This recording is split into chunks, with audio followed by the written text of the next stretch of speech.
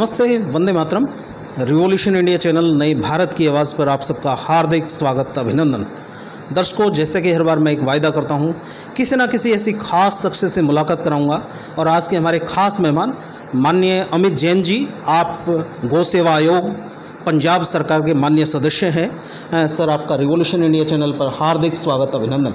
Thank you sir, धन्यवाद जी, आपको बहुत बहुत धन्यवाद। मैं पंजाब गवर्नमेंट में पंजाब गौ सेवा कमीशन का मेंबर बात कर रहा हूँ, आपसे अमित जैन जी। दर्शकों, जिस प्रकार से विधानसभा चुनाव का आगाज हो चुका है, हरियाणा में विधानसभा चुनाव होने जा रहे हैं, उसकी तैयारियों के लिए आम आदमी पार्टी ने भी अपनी कमर कस दी है।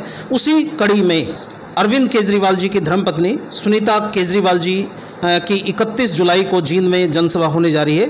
उस जनसभा को किस प्रकार से सक्सेसफुल किया जा सके, उसका आयोजन सही प्रकार से हो पाए, उसकी तैयारियों की जिम्मेवारियां अमित जैन जी के कंधों पर हैं। हम जानना चाहेंगे अमित जैन जी से, सर, किस प्रकार की तैयारियां हैं, क्या वो कार्यक्रम रहने वाला है, थोड़ा दर्शकों तक साझा करते चलें जानकारी। सर, 31 जुलाई को हमारी रोहतक रोड बाईपास पे मंडी के अंदर हमारी जनसभा आयोजित की गई है, जिसमें मैम अरविंद केजरीवाल जी की वाइफ सुनीता केजरीवाल जी आएंगे, हमारे संदीप पाठक जी आएंगे, अनुराग डांडा जी, सुशील गुप्ता जी और अदर बड़े लीडर्स जी।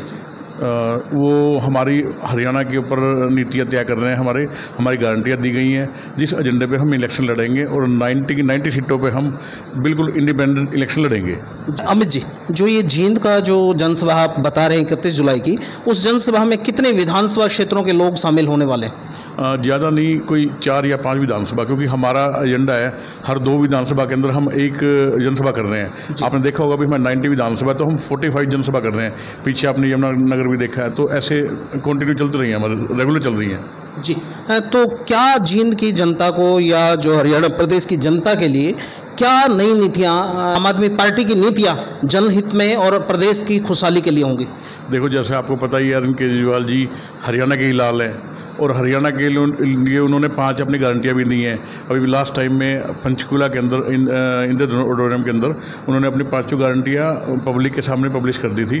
फिर मैं इन 5 गारंटियों पे काम करूँगा और वही गारंटियाँ हमने दिल्ली में भी दे दी है, आपको पता है, पूरी हुई हैं, पंजाब में पूरी हुई हैं। इसी प्रकार हरियाणा बदलाव चाहता है। पहले की 2 सरकारें जो मिली भगत से, कभी कांग्रेस कभी बीजेपी, कभी कांग्रेस कभी बीजेपी, आपको पता है जो चल रही थी, अब उन दोनों का अंत हो चुका है। जैसे कि बदलाव दिल्ली में आया, उसके बाद पंजाब में बदलाव आया, इसी प्रकार से ही अब आप देखोगे 2 या 2.5 महीने बाद हरियाणा में बदलाव आएगा और हम क्लीन स्वीप इन दोनों पार्टियों को पीछे करके नंबर 1 पे आएंगे और हमारे सीएम साहब हमारे बनेंगे।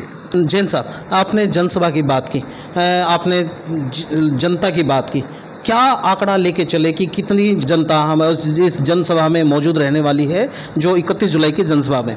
लगभग 8 से 10 हज़ार, मतलब हमारी पॉपुलेशन, हमारे को उम्मीद है भाई हम इतनी टारगेट अचीव कर लेंगे अपनी।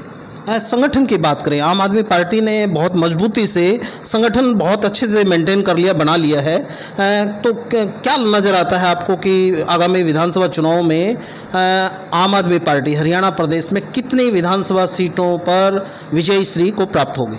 मेरा जो एस्टिमेट है 90 में से हमें कोई 70+ सीटें मिलेंगी, जो कि अभी हम वर्किंग कर रहे हैं पूरे हरियाणा में। आप देख रहे हो बड़ी भागादौड़ी चल रही है, प्रदेश अध्यक्ष की भी, डांडा साहब की भी, या गुप्ता जी की, या हमारे संदीप पाठक जी की, या संजय सिंह जी की, या मैडम केजरीवाल जी की, जो कि अब केजरीवाल जी को चलो अभी 29 तारीख को आना था, बाहर वो नहीं आ पाए, तो नेक्स्ट 9 तारीख को लगा लो, आप 9 अगस्त को लगा लो, बस यही दूरी है बस। उसके बाद आपको पता लगेगा पूरे हरियाणा में भाई आप ही आप, आम आदमी पार्टी ही आम आदमी पार्टी। जनता बदलाव के हक में है, जनता बदलाव करके ही रहेगी। और जहाँ से यहाँ की नीतियों से बड़े परेशान है, कभी मैं भी गांव में जा रहा था, पानी नहीं आ रहा, कभी नहरों में, समस्याएं बहुत है यहाँ पे, बिजली कट लगते हैं, तो मैंने समस्याएं, मतलब कोई मल्टीपल समस्याएं, 1-2 नहीं काउंट कर सकते यहाँ पे। जी जैन साहब, आप 5 गारंटियों की बात कर रहे हैं, चैनल के माध्यम से जनता को पता लगे वो कौन सी 5 गारंटियाँ हैं जिनका वायदा अरविंद केजरीवाल और सुनीता केजरीवाल हरियाणा प्रदेश की जनता के लिए कर रही हैं?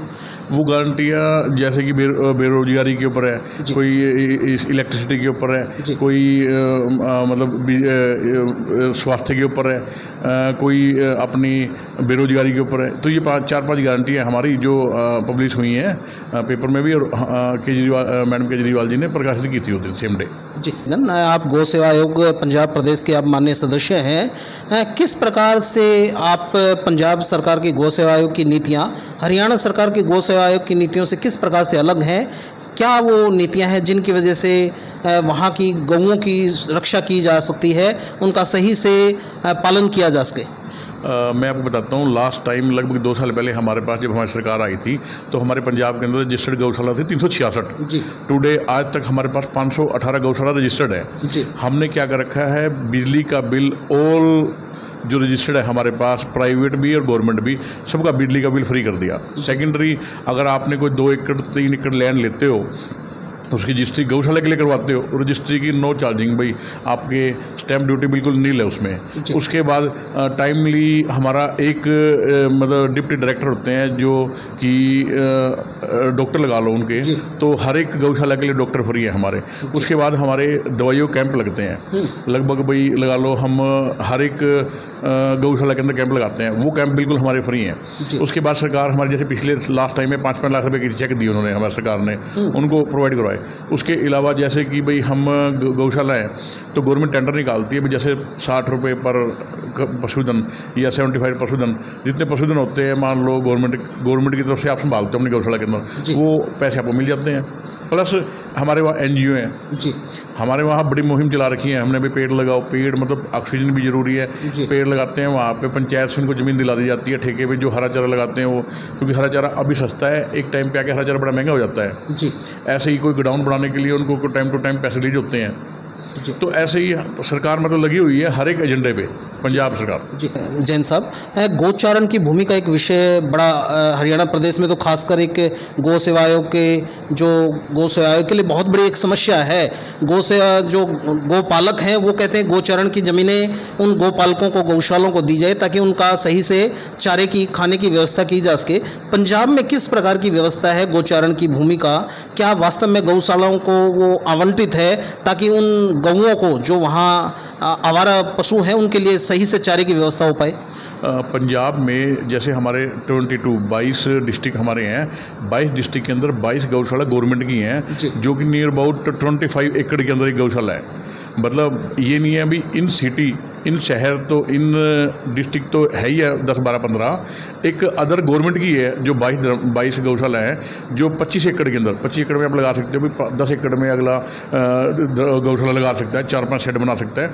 उसके अलावा 10-12 एकड़ ज़मीन उसके पास खाली रहती है जिसके ऊपर वो हरा चारा लगा सकता है और कटाई बढ़ाई करके अपने गौओं का भरपूर्ण पोषण कर सकता है। प्लस मैं आपको एक और सलाह दूंगा, चलो हरियाणा और पंजाब चलो हम भाई आपस में, कोई फ़र्क नहीं है, ज़्यादा फर्क नहीं है, तो यहाँ भी नस्ल के ऊपर मैं ध्यान दूंगा। अगर वो साहिवाल नस्ल ज़्यादा पैदा करेंगे तो वो गऊ अपने ऊपर डिपेंड रहेगी भाई। वो गऊ जो आम गऊ 4-5 किलो दूध देती है, अगर साहिवाल अगर हम टीकाकरण करते हैं उसके अंदर, वो गऊ आत्मनिर्भर हो जाती है। वो गऊ लगभग 12 से 15 किलो दूध देती है, जिससे उसका भरपूर्ण पोषण आप कर सकते हैं। अभी तो हम क्या करते हैं भाई 10-12 किलो दूध देती नहीं, वो 2-3-5 किलो दूध देती है, एक टाइम पे आके वो ठहर जाती है, तो वो उसको हम या मतलब आम बंदे उसको रोड पे छोड़ देते हैं। अगर वो 12 से 18 किलो दूध देती है तो जैसे वो क्या होता है, जब वो सूती है तो 2 महीने के लिए ही दूध बंद करती है, अदरवाइज 10 महीने पूरा दूध आपको देती है। आप पूरे अच्छे पैसे भी कमा सकते हो, अच्छी ब्रीड भी होती है वो जी, तो उस पर भी आपको ध्यान देना जरूरी है जी। जैन साहब, मेरा निवेदन, जो जिस प्रकार से गौओं के लिए सरकार की तरफ से जो फंडिंग की जाती है, कैसे जैन साहब की पैनी नज़र रहती है कि वो जो फंड है, सरकारी फंड है, गौशाला के लिए, गौ सेवा के लिए जो मिला हुआ पैसा सही तरीके से उसका सदुपयोग हो, उसकी कैसे आप बारीकी से उस पर नज़र रखते हैं? कैसे उस पर पैनी नज़र रहती है कि सदुपयोग हो पाए उस पैसे का? इसमें ना जैसे पैसे आवंटन के मामले में मेन हमारे जो डीसी लेवल के जो अधिकारी होते हैं वो हमारे एक तरह के चेयरमैन होते हैं इसी डिपार्टमेंट के, तो वो होते हैं, उनकी जगह को ADC हैंडल करते हैं उस चीज़ को, BDPO, DDPO प्लस हमारे पुलिस प्रशासन के DGP जैसे हमारे मेंबर होते हैं। तो ये सब की हमारी मीटिंग बैठती है हर 3 मंथ के बाद, उसमें एजेंडे पास होते हैं, जो एजेंडे पास होते हैं उस एजेंडे के हिसाब से वहाँ पैसा निकाल दिया जाता है भाई इसके एरिया के लिए यहाँ पर जरूरत है। जैसे पीछे पठानकोट की बात मैं आपको बता रहा हूँ आपको, अभी कोई 3 महीने पहले पठानकोट मैंने दौरा किया, वहाँ पर बिल्कुल भी मतलब चारे की व्यवस्था इतनी बढ़िया नहीं थी, जो कि ठेकेदार 75 रुपीज़ पर गौधन चार्ज कर रहा था हमसे। जी। हमने जाके चेक किया, उसमें भी वो सेटिस्फाइड नहीं थी गौएँ। जो हम देख रहे थे कि भाई एक बंदे के खड़े होने से पता लग जाता है भाई वो ज़्यादा कमज़ोर है तो बैठ जाती है वो, या कोई मृत्यु दर बढ़ रही है वहाँ पे।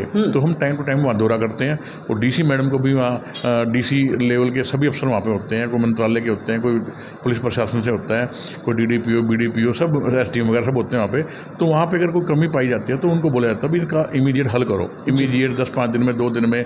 चारे की दिक्कत है तो वो ठीक करो, अगर टेंडर में कोई दिक्कत है वो ठीक करो, अगर पैसा लेट आ रहा है तो वो जल्दी पहुँचाओ। अगर कोई ठेकेदार गलत काम करता है भाई वो इतना चारा नहीं खिला पाता तो ठेकेदार चेंज किया जाए वहाँ पे। जी जैन साहब, आपने अपना कीमती समय दिया, उसके लिए आपका हृदय से बहुत बहुत आभार।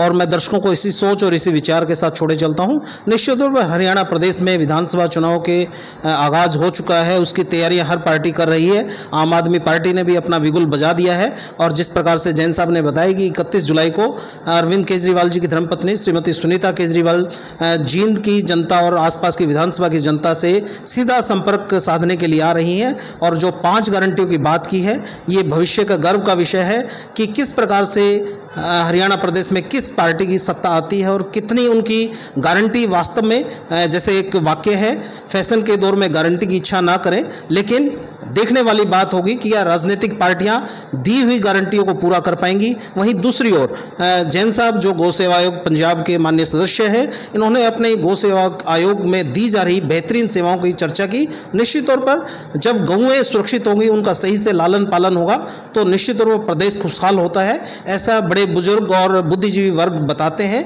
आप देखते रहिए रिवॉल्यूशन इंडिया।